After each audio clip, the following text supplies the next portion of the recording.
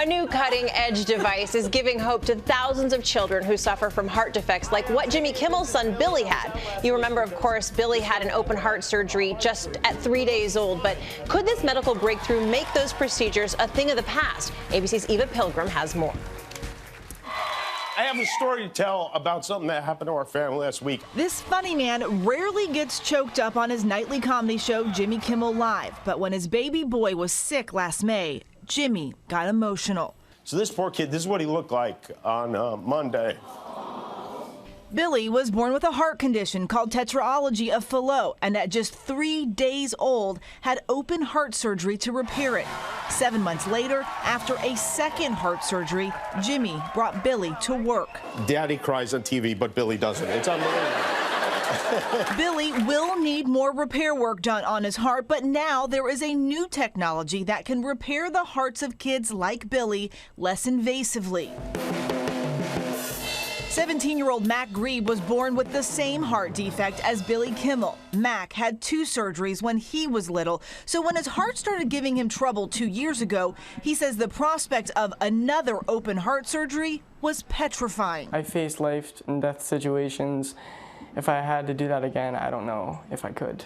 So open heart surgery, it's a long procedure. It's a very invasive procedure. It usually requires about a week or more in the hospital recovery. So here we go. Dr. Matthew Gillespie from the Children's Hospital of Philadelphia helps kids with heart defects like Billy's avoid heart surgery by using the new Harmony valve designed especially for tiny patients, now in trials at a few U.S. hospitals. It's put in through a catheter and slid into position in the heart, all done through a small incision in the groin. You're putting a valve in without having to go in and open up the heart and sew it in. It's all done through catheters, and it's engineered to stay in that position.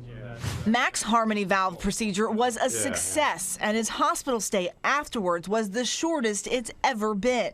He literally left the next day. We walked out of the hospital and he felt like $1 million. And that never happened. So that was amazing. I went home and I just chilled out like it was a regular day. Giving hope to Jimmy and his son as well. For Good Morning America, Eva Pilgrim, ABC News, New York. And those are such happy endings that we are thankful for. Dr. Jennifer Ashton joins us now.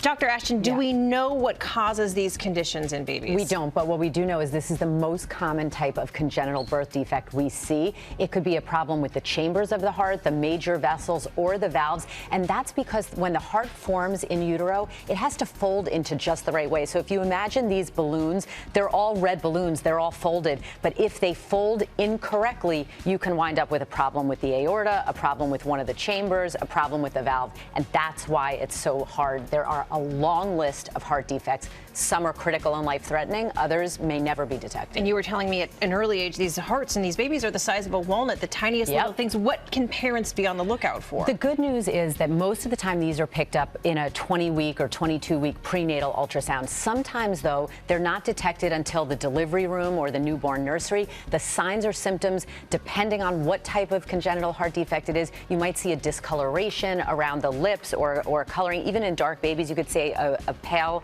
color, even in the nail beds. Rapid breathing. You can see swelling in the legs, abdomen, or around the eyes, and shortness of breath during feedings that then leads to poor weight gain. In older children, this might not present unless they're having problems in sports. But again, most of the time, these are picked up pretty soon. This new breakthrough that we're talking about could mean the end of open heart surgeries for some of these patients. Well, again, there are so many heart defects. Most of them do require surgery, many of them staged or sequential operations.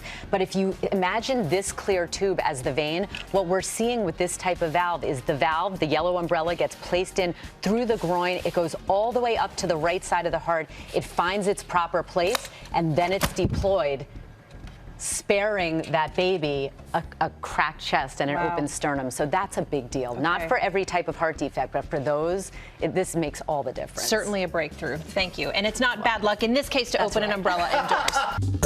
Well, hey there, GMA fans. Robin Roberts here. Thanks for checking out our YouTube channel. Lots of great stuff here. So go on, click the subscribe button right over here to get more of awesome videos and content from GMA every day, anytime. We thank you for watching, and we'll see you in the morning on GMA.